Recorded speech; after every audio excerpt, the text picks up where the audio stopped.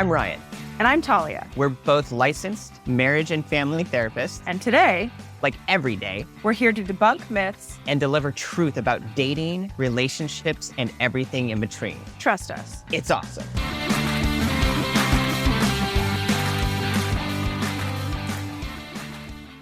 Hello.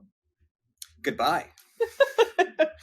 This is our we haven't done an in-person episode in it's so fun. literal years. Yeah. Pre-COVID. So for those just listening, Yes. Talia and I are actually in the same room today. So I exciting. came and visited, Yes. and normally we just record over the internet's webs stuff, which is why we're introing with that as opposed to lying. Because after all, Yes. we are Part following two. up. Yeah, we are doing part 2, following Yes. up from our last episode, Yes. episode 101, Liar, Liar, Pants on Fire. It's a good one. Today, episode 102, Liar, Liar, Pants on Fire. Part 2. Part 2. Yes. Today is more about intentional lying. So Yes. if the person is being deceitful, withholding the truth because they know if you knew it, you would make another decision. And we talked a little bit off air about at least I think one of the assessments that we use as therapists says it best when it tests your personality. Mm-hmm. And there's like an LF&K score on one of them that it tests you essentially for like, is this a fib or a white lie or a faking good, where you want the person to see you in a more positive light, or like the people pleasing types of lie, like, yeah, I'll totally be there. And then last minute, the person's like, oh no, I'm sorry, I can't make it. And you're like, well, why didn't you just tell me that? Versus somebody who's like pathologically lying, trying to deceive someone and trying to alter almost their perception to have it benefit the person who's altering the perception or telling the lie. So Exactly. Yeah.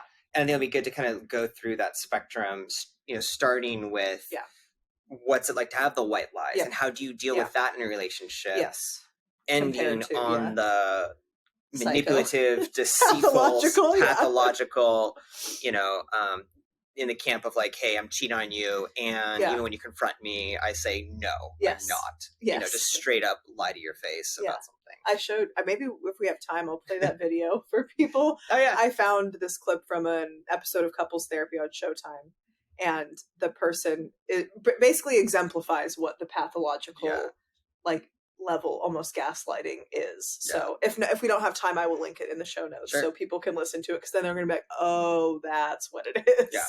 Yeah. So how do you deal with white lies or fibs in your relationship, or how do you recommend couples in my deal relationship? With couples. Yeah. Although, actually, just that reminds me, I have dealt with white lies in relationship, and I think it, in a sense, it's useful receiving them or telling them. Both, I'm sure. Same, there's a certain amount of normalcy to like how, and you gave some examples before we started recording. Like sometimes there's like, I think, lies that no one really considers a lie. Like, oh, there's a surprise party, so I'm going to lie to your face. Yeah.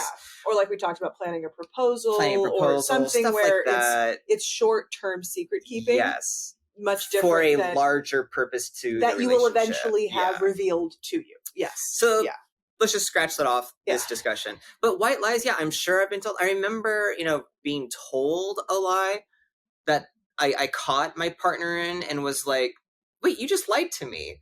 And it was a white lie. I don't even remember what it was. It was so whatever. Consequential, And part of it was we were new into our relationship.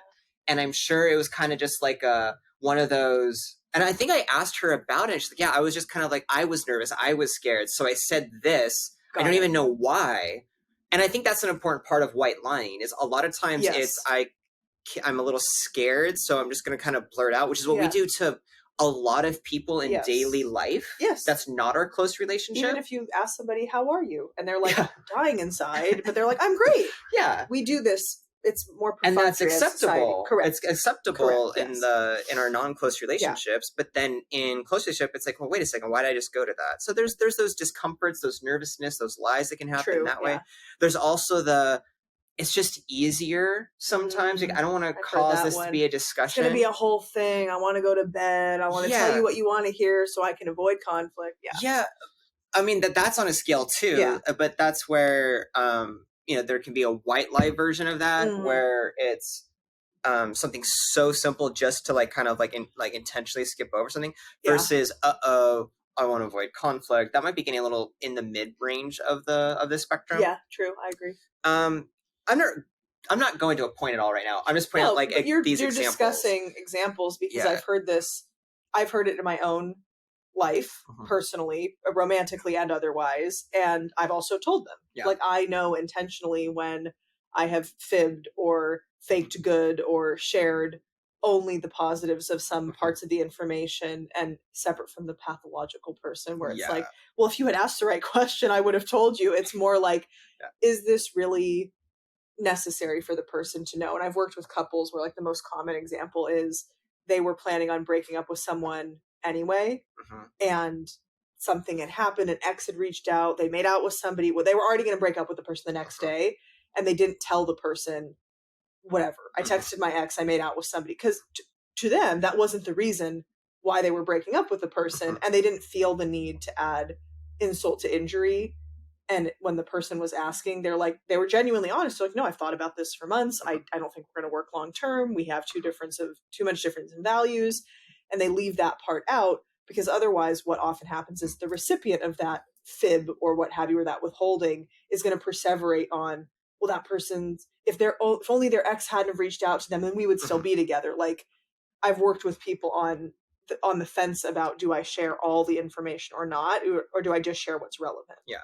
Well, and I mean, that kind of goes back to our first episode on this series about when you're withholding a not and where the feelings are there. Yeah. Sometimes there can be a discussion of, do you have a white lie, compassion lie? Where I look at it is in impact versus intent is a very common theme in mental health. True. And this I think works in communication too. Yeah. One partner's white lie can have a very good intentioned place. It usually does, yeah. And for them could be such a white lie that it's like really not a big deal on their value system. Register. Yeah. Yeah. It just really, it doesn't feel like a big deal. But then in couples therapy, we talk about, okay, this is coming up because you're misaligned. You have a difference. So another partner with the same white lie could think it's a negative intent. Yes. Can interpret it as really, really mean, deceitful or something.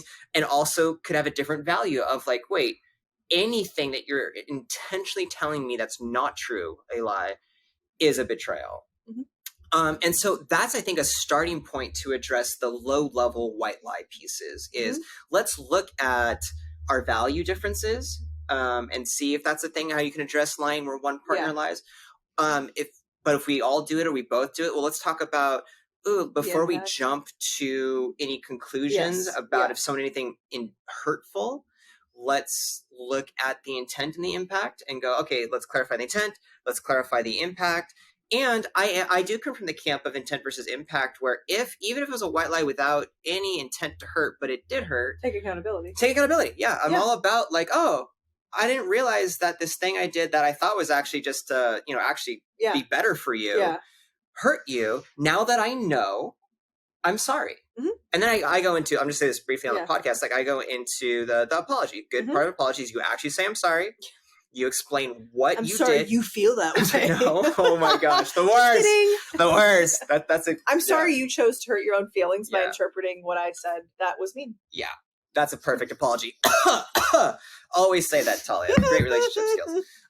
You say I'm sorry. You explain what you did that you now know was wrong because normally you learn something.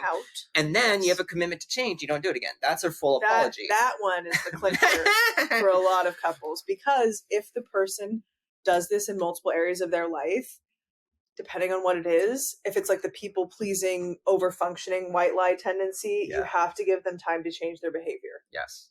Unless you are absolutely like, if you do it again, I am done. You then have to follow through with that. Yeah.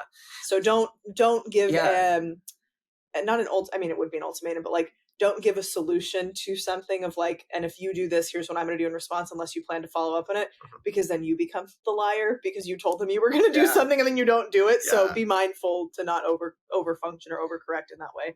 I actually want to jump down that rabbit hole off of what I was saying, because I do think it is important to be intentional with our partner, if we're addressing the white lie end of the spectrum Yep. and we want to be shifting some changes, Yeah. we're understanding our impacts more, we're learning each other's intents, we're making apologies. This is a place where couples can get caught because, cool, we did it that one time in therapy, we learned this cool thing, and you're committing to change, and we're agreeing to this new set between us. Yeah. Well, particularly the white lie thing. I guess Yeah. any kind of person who's like is lying regularly, whether it's white lie or like the full deceit lie, like that's a behavior change. And Yes. that means it's going to take time. If they do it at all. I'm going to go on the positive route of like, you are very positive. In the scenario where like both partners are trying to address this. And they're like, okay, I got it. I really want to work on this. Give more of a wiggle room. Be graceful. Of that. Yes. Now, there is absolutely a point, a boundary that has to get where you're like, it's been 6 months and you haven't changed once. Yeah, and you, oh look, now we're in the broken record of you're not changing behavior, you're just apologizing every time. That's not cool. Yeah, empty. But that's why a good discussion in therapy or in the relationship is to talk about, okay, so we want to adjust this. We've clarified what kind of lies or we like or don't like are acceptable. We want to change that. And one person is shifting away from some type of lie, then give some grace. And what you can expect that template to look like, this is so people can think about it, is first time you agree, you get on the same page. Yeah. There's going to be probably some time where that partner making a change remembers it for a while, but then slips. They need reminders because it's a new behavior for them. Exactly. It's so you do a compassionate reminder. Yes. And then what'll hopefully this will look like is then there'll probably be another lie. But then what'll happen is that partner will go like, okay, yeah, my favorite color is red. Oh shit, no, it's blue. Yeah. I just lied to you. Yes. Oh, okay, I'm trying that thing. That's my favorite when they catch themselves, and couples do this with like groceries too. Yeah. Did you get the milk? Yeah. I don't know why I just said that I did not get the milk. And that is such an important, this is why I want to go to the rabbit hole. That's such an important moment you can respond to your partner with a celebration. Hey, I caught myself. Good job. You didn't have to catch me. I caught me. Well, no, I was thinking I'm saying you give your partner for catching. Oh, yes. Like, yes, that too. Yes. Thank you. Yeah. Hey, cool. Let me know about the milk. Yeah. Look, I'm actually happier that you did that than me having to find out. Exactly. And then so what happens for you listening when you catch your partner doing that kind of behavior and they don't disclose it and you have to find it out for yourself, like you discover the lie, the white lie, the what have you, what happens to the recipient partner who discovered it is they're going, okay, I can't trust you. What else are you lying about? Where else can I not trust you? This is just like that one time that you, and it goes into full detective, self-protective mode because that person obviously doesn't want to get hurt. And they're viewing you as the partner who said the fib or the white lie in a way that is actually maybe not accurate. So if you want to be seen as you truly are, it's important that you show up that way in your relationship, and catching yourself in a fib or a lie or being honest with like, yeah, I don't even know why I did that. Genuinely, I wasn't thinking, kind of like when we talk to teenagers, because you used to only work with teens for a long time, so did I, that you'd ask them because they're so cute, but their frontal lobe isn't fully developed. Well, what were you thinking? And I tell the parents, I'm like, not the question to ask. No. How are you feeling? Yeah. Who was around you? Like, what else was influencing you making that choice? Did it even feel like a choice? Or did you look at it after? You're like, oh, I guess I did that thing. You have to really catch yourself because some people go into autopilot. They've been doing that behavior for so long in so many relationships. No one ever called them out on it. And I've called my partner out numerous times, and I'm sure he's called me out for other things. But I'm such a good liar, he would never. But I'm not kidding, because I actually am a really good liar, but I don't use that for evil. Yeah. I know that I'm skilled at that because I used to have drug problems when I was in my teenage years, so I know how to manipulate, but I also don't use that as a weapon. And I don't really use that as a skill unless it's like positive, I'm trying to influence of like sharing with clients or whatever else. I lead with all of their strengths, and then I will word whatever they're wanting to work on in a kind way that actually motivates them to want to be different. Like, it's not always a negative thing, but being mindful that like that might be something that your partner is changing, and praising them, and what you appreciates, give them some grace and give them some kudos for it. Yeah. Thanks for being honest. Yeah. I can trust you. I love trusting you.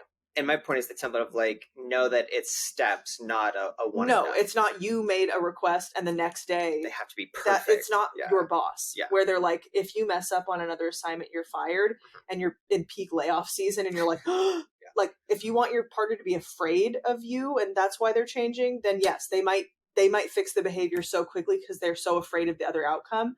But that's also not a healthy, genuine relationship. If the only reason why they stopped it is out of fear. It's not going to be long lasting because generally we're not going to stay in a relationship where we're constantly scared. No. Whether, or we're, it's not going to work. It's either going to go revert back or it's going to end. Yeah. So what about people who are pathological? Yeah, I was going to say, so that's the kind of white lie, kind of like pay attention to that. On the pathological side, when you start going to the further end, that is, I think, two ways to address that. Mm-hmm.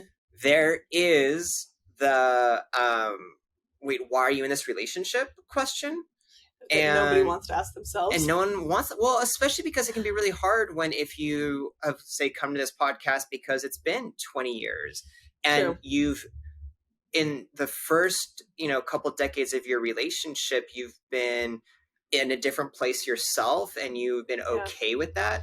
Or they were so good, you're just now learning about it. Yeah. But things change. Like, I get that it's a lot harder when you have such an invested relationship to go, oh my gosh, I've just learned that my partner is not only cheating on me, but has pathologically lied to me for decades about that behavior. And has straight up told me to my face, no, I'm not. Yeah. So that's really hard. But I kind of am just thinking, splitting this part of the conversation also into two parts of, there's the, how come you're still with this person versus, okay, are you a couple that actually wants to address this? i.e. that pathological liar has come to an oh shit realization moment. I really do this. I need to stop this or I'm going to be lonely for the rest of my life. That's the difference. That's a different context. That's self-disclosure of the person lying versus discovery of the partner of the liar. Yes. So if the person that you're with is a pathological, the way I think someone got caught generally. The way I think of it is, if the person is coming to their partner of like, look, I've been having an affair or I have a gambling, whatever it is. Yeah. I've lied to you for years. Or you caught me lying and I'm owning it. But I think that's different. Oh, you do? Okay. Yeah, because if the person's conscious, like their own, like Jiminy Cricket, like if they reach the point where they're like, I need for this to be different, that is the person wanting to change. If the only reason why it is a discussion point is because they were caught and they had done so much work to try to be viewed in a different way and manipulate their partner into like a separate bank account, like clearly there was evidence pointing to they did not want to get caught or change their behavior because they orchestrated a whole separate life. Like I've worked with couples before where they'll find like secret bank accounts. They'll have renamed a company name on their bank statement. Like they go to great lengths to not get caught for whatever they're doing. And the partner or the accountant or whoever ends up finding this out, sometimes innocuously, and they're like, what is this? And then if the person is met with like, what do you mean? Like they get defensive and they don't want to deal with it. That to me is somebody who's not willing or ready to change the behavior. Yeah, I agree. If I had to find it out and you didn't tell me, I don't have as much trust that you're going to change your behavior. That's where I'm going with this. Yeah. So what can happen in a different scenario is the pathological liar is found out and then goes, oh no, you caught me. I want to change. I think that's rare. It's, I think it's more common that they're like, you're the crazy one. Well, I think whether it's rare or not, I think what's useful is to go, that's a good point. If they're caught, you can't trust that they're saying, I want to change, because inherently they didn't come to their own thing. They're not trustworthy. Yeah. So what's useful is not necessarily going like, oh, do they actually want to change? Do they not when they're caught? Do I want to be with them? It's about either do I want to be with them or what are we doing as a couple to rebuild trust? And when it's a pathological type lie and a very direct, hard, rough lie. Though? Could you imagine? Yeah. What? No, that's nuts. You don't have that in your... No. They usually come in and they're like, we're done. Then I will take this part of it then. Let's do this with my part. Because I've not seen... I've seen it, but I've also then seen it that we get years in and they're like, haha, gotcha both. I never stopped it. And I'm like, oh, the cop side of me is like, are you effing kidding me? Like, that you dead to rights. I mean, I would say like if I step out of like my therapist chair and what I'm trying to do, if a couple actually wants to work, I just kind of step out of it and go, hey, we're in this scenario. Then I do think the most important discussion is for the partner who's been lied to this aggressively. and you need to support them in getting out of the relationship. I do think pathological lying on this end of the scale that we're talking about is such a relationship destroyer. I mean, the 3 pillars: trust, respect, liking of a relationship, and you can't have any of that. There's 0 trust. You can't respect each other, because if someone's pathologically lying to you, you're not respected. I don't know how you respect someone who's lying deceitfully and manipulatively to you. And then how do you like? Well, I guess you can like someone if everyone likes everything. There's always someone who likes something. But my point is like, I do think that's an important discussion. Like, end it. And there are still couples where that has happened. True. And I get back in my therapist chair, and how do I support people to rebuild trust? The thing is, that type of rebuilding trust after pathological lying is going to be as extreme as the lying. And in other contexts, it's the type of trust building behaviors that I would actually signal as red flag in a relationship. Hugely. Like, can I see your phone? Yeah. Normally in like a non, pathological lying situation, I'm like, no, I don't think that's healthy trust building. Correct. It doesn't mean in this scenario. If you really needed to, that was like what I'm like, go for it. Like, just don't go in the client app stuff, but like, you can look at whatever else you want. You're not going to find anything I haven't shown you. But I agree, that would not be the litmus test to be like, well, I know I can trust him because I went through his phone without him knowing. That's one of my favorite things I hear from clients. And I didn't find anything. And I'm like, do you not hear the irony that you broke the person's trust to prove that you could trust just that. them? It's also like, so you're not trusting. Exactly. Yeah. But there's now not trust I know there. that I can trust him. I trust him. I didn't find evidence to not trust him, therefore I can't trust him. And I'm like, that's not how trust works. So that, for a lot of relationships, doesn't work. But when you have really, really pathological lying, really intense, and sometimes intent to hurt, manipulative lying. But that's the thing is this person a sociopath, or is this part of their psyche? Is this how they function in the world from their upbringing, whatever the reason? Is it that? Is it they're like, this is what I've done to everybody I've ever met for my whole life. This is who I am. Or is it a byproduct of substance use? Because I've worked with clients, this could be a whole other episode, but I've worked with clients where that's a part of it, that the person I call it unbecome themselves. They're so in the thick of their addiction, whatever it might be, that they act not as themselves, as the true self, when the person is sober from that behavior. And that is a different type of manipulation and deceit, because at the core, once that addiction or once that illness is treated, that behavior ameliorates. If the deceit and the manipulation is only in the context of when the person's using, and it has not occurred, like it's almost like having a split personality, that is a much different situation than a person being a sociopath, diagnosed with narcissistic personality disorder, antisocial, someone who has a true, genuine diagnosis where they're like, I would do it, and I do it again. Kind of like when we see interviews with murderers, they're like, I cut his body up, I ate it for lunch, then I went to work the next, and then you're just like they were talking about what they ordered for lunch. Yeah, well, literally. Literally, truly. But like that level of like, I did it and I do it again, and you're going to be the one that has a problem, and you should know that I'm going to be this way if you stay with me, is a whole different type of person. Well, and that's where I go, like, okay, if it's in that camp and you start to think and uncover the person there, then we need to talk about how do you get out of that relationship. That's not a healthy relationship. Exactly. It's not a healthy relationship if you have a pathological liar as your partner. And there's plenty of scenarios where a couple wants to try to rebuild trust. And inherently, you have to start at a 0 point of there is no trust. None. I can't even trust that you want to be in this relationship yet. Yes. So we have to look at more extreme trust-building behaviors, which, to clarify that I keep saying is, so these are baby stepping stones like over a long period of time. Dating.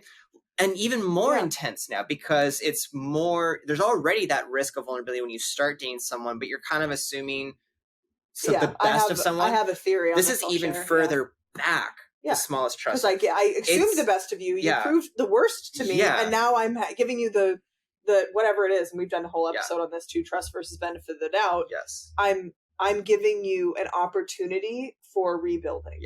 So the key with this, I think, as the big message to how do you start trust building behaviors anew when it's been broken already, is having a collaborative discussion with what does that look like? Yeah. And start small. True. And plan for a few steps forward, one step Yeah. back. Not full regression. Not full regression, but the like, okay, so part of trust building is, all right, I'm going to ask you to pick up the milk on the way home from work. Yes. It has nothing to do with stuff you used to lie about, Yeah. but I'm going to ask you to do something when you do it. And start going, cool, you're hitting those markers. But the couple has to come to a collaborative agreement of this is intentionally behaviors demonstrated that is showing we're rebuilding trust together. For the sake of wanting to actually rebuild it. To actually heal. Get out of the doghouse, not look good for your family, not... Well, the point is that the partner who's been lied to will always be questioning, are you just trying to look better with the family, get out of the doghouse, that kind of thing. So the point of the trust building behaviors is to slowly start rebuilding, and the proof is in the behavior. Is, oh, you are doing these things? Cool. At a certain point, you'll cross the threshold of, okay, I actually believe and trust you now. We've built enough trust that I don't think you just want to get out of the doghouse. Mm-hmm. Or on the flip side is, hey, if you can't manage this, then I think what you're showing me is you don't want to get out of the doghouse. And now we're in that other camp that I keep pushing off that we'll get to in just a second. Now it is like, okay, I can't trust anything. This is not a healing, solvable relationship. It's got to be done. Yeah. The relationship has to be over. Yeah. That kind of thing. My theory that I wanted to add in, or kind of like what I ask clients who are going through this, is if you know that the person has betrayed your trust, like before that, you're building trust, you're giving them the benefit of the doubt, they prove you right, that you can trust them. It goes hand in hand. Your choice is, do I pick again to be with somebody who I actually now have 100% proof has broken my trust? Or do I leave that person and build, not rebuild, but build with somebody who has a pretty much 50-50 chance? They could or they couldn't, but I don't know. In one case, you know the person has betrayed your trust, and hopefully you also know that in other ways you could trust them. That is one choice you have. The other choice is, again, you leave that person and you're like, I don't want to risk it. I would rather take a risk with somebody else who maybe, yes, could hurt me, but they could not. You've proven to me that you will. And that's the existential question to sit with if you're listening to this, and ask yourself, which camp would I want to be in? The answer's different for everyone. And what I just thought of is, it is different for everyone. Yeah. And what camp you're in, no matter what, like, trust building behavior, whether it's with the former or the new partner, that's actually a skill set for everyone to kind of have like their tuners tuned to. Tuned to. Yeah. To be like, oh, because some people just don't know how to really interpret the signs from other people that they're trustworthy or not. Yes, that's a whole other episode. So this idea of like small trust building behaviors is getting really nitty gritty about what levels of trust there are. Yeah, true. And being explicit about it. To like, you and I trust each other a lot. Yes. But there's also like, there's the simple trust of like, hey, we're sitting on a couch together and I trust you're not going to murder me. There you go. Not that I think about that regularly, but there's just a kind of a social trust there. If it passed your mind, you would be like, nah. Yeah. Be like, no, that wouldn't happen. Yeah. Not likely. Yeah. I mean, I don't know. We're not that hungry right now, are we? Like, no, ravenous, it's you or me. Because we both get hangry. We do. I know we've said that to each other. I know we said it on the podcast, but we both get hangry. That's a trait we have. There's that trust, which seems kind of simple and obvious that, hey, you're not going to murder me. But it's one of those things that you can look at and go, oh, yeah, there are these social indicators of where we're building trust. And the number one thing, and then we can do it, might be a whole other episode on like how to build trust, or just how to identify a trustworthy person. Yeah. Trust is built by congruency. Mm-hmm. Do I do what I say that I'm going to do? Mm-hmm. Does the other person do what they say they're going to do? Mm-hmm. And that also includes, I know it's backwards, but if the person's like, no, I'm going to cheat on you again. And you're like, no, if you just loved me more, you wouldn't. And then they cheat on you again. That is your own fault. Mm-hmm. If the person has notified you, here's who I am going to be, and you continue to stay with me, you've signed up for this. Yes. And if the same vein goes for, I'm not going to cheat on you. I'm not going to hurt you. I will never hit you. I will never betray you. Here are my vows, essentially. Yeah. And I've not ever given you a reason or proof to go against that. And it's only the own individual's trust issues of like, but what if you did? But what if there's like an anxiety because they've been hurt before, had mistrust before. That is their thing to work on, and not assume that everybody would be a pathological liar or, to your point, intent versus impact. You could do something that I'm like, oh shit, but that's the face I make when I lie. And that's just, maybe you have to fart. I don't know. Like, it can be totally different. So like, you don't want to That's assume, my fart face and your lie face. You don't want to assume, I don't even know what face I make, but probably a very good one. But you don't want to assume. Is it obvious? This is my fart and lie face. You don't know which one I'm doing right now. You don't want to assume the person you're with is doing something for the same reason another person you know does something for. You can have a different intent, and the person could be like, yeah, the reason I didn't want to share this with you is because you told me and you'd be surprised how many people remember things from very early on, and you're like, oh my gosh, you're right, I did tell you that. Okay, that makes sense. I did ask you very early on never to tell me if this happens. Yeah. So that reminds me, like, just because we're on the topic of lying, this is a real back tangent to white lies. Be like, this is probably one I'm the most like guilty of, is sometimes there's just lies because our memories suck. Yes, where it's like, unintentional. Oh, I shit, did say that, and I forgot that. Or like, it was genuine in that moment, and something's changed over the year, whatever, and something different. And, or like, I've definitely been confronted where I have lied. I can't remember what it was. Oh, I'm going to ask my lady about it. Yeah. And she's like, no, you said that. I was like, I did? Yeah. That doesn't sound at all what I think and feel right now. Yep. And I remember having a discussion of, look, that must, so at that time, I get that must have been true then. Yes. That doesn't feel true to me now. And then I had to own that, like, so there's a lie-ish there. God, I wish I remember what it was, because I know it was innocuous, but like, I'm just so curious. But that's just a little side note also memories can lead to lies. Yes. Where you forget you said a thing, or you said something that felt true in the moment, and then your mind has changed in the interim. Yeah, you've just processed it, or maybe it's just the way you said it came one way, you didn't articulate it well, and now you're doing interpretation had them create a memory that you said it. Well, that's another thing, which is true that happens. But it's true, your memory. But I'm trying to stick on like owning, like I made a lie on a memory front. Just a random little thing to acknowledge. See, my memory's too good that my partner could never pull that with me. Oh God, he's tried, and I'll look at him. Yeah, he's like, or maybe you didn't. I'm like, yeah. Don't forget your lines, buddy. Well, just wait till you're a little older, Talia. I used to be like that at your age, you young whippersnapper. No, but I really 90? Did.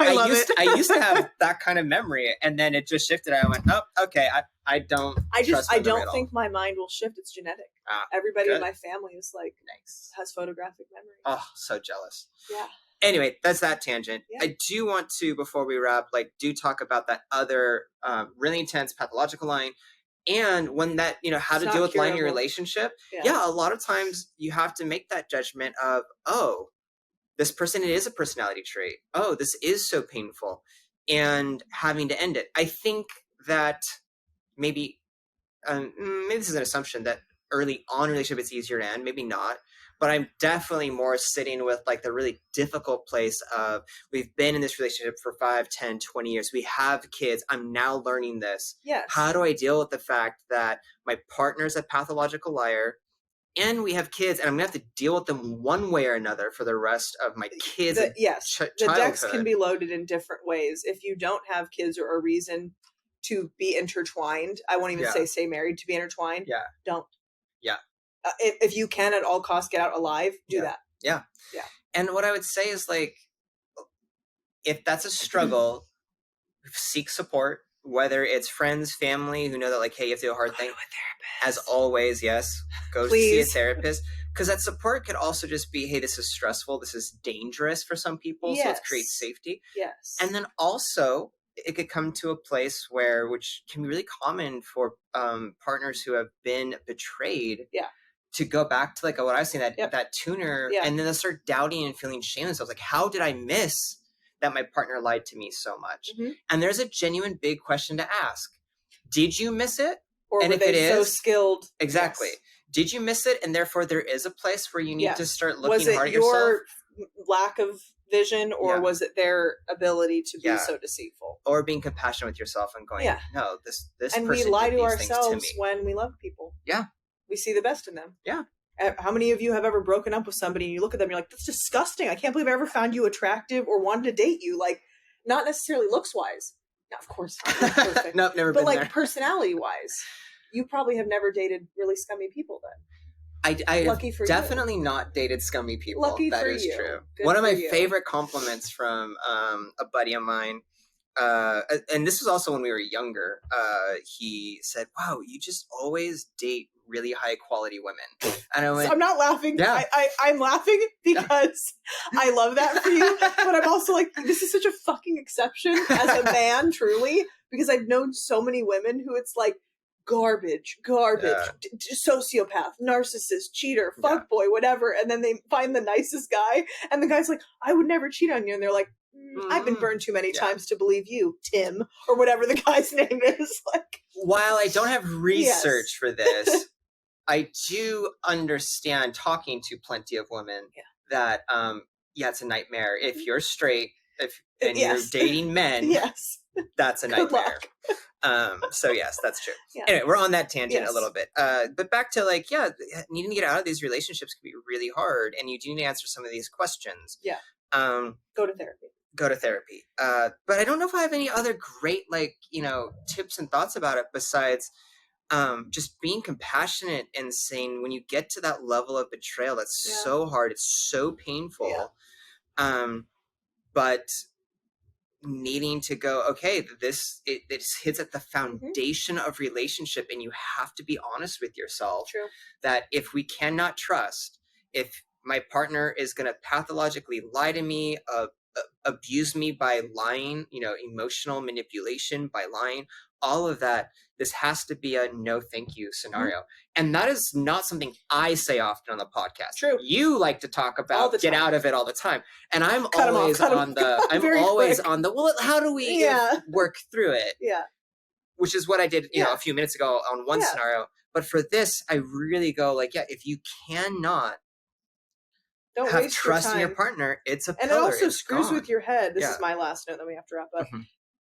It screws with your head when you stay with somebody who is not meant for you and is also continuing to permeate this belief that all men or all women are going to be like that.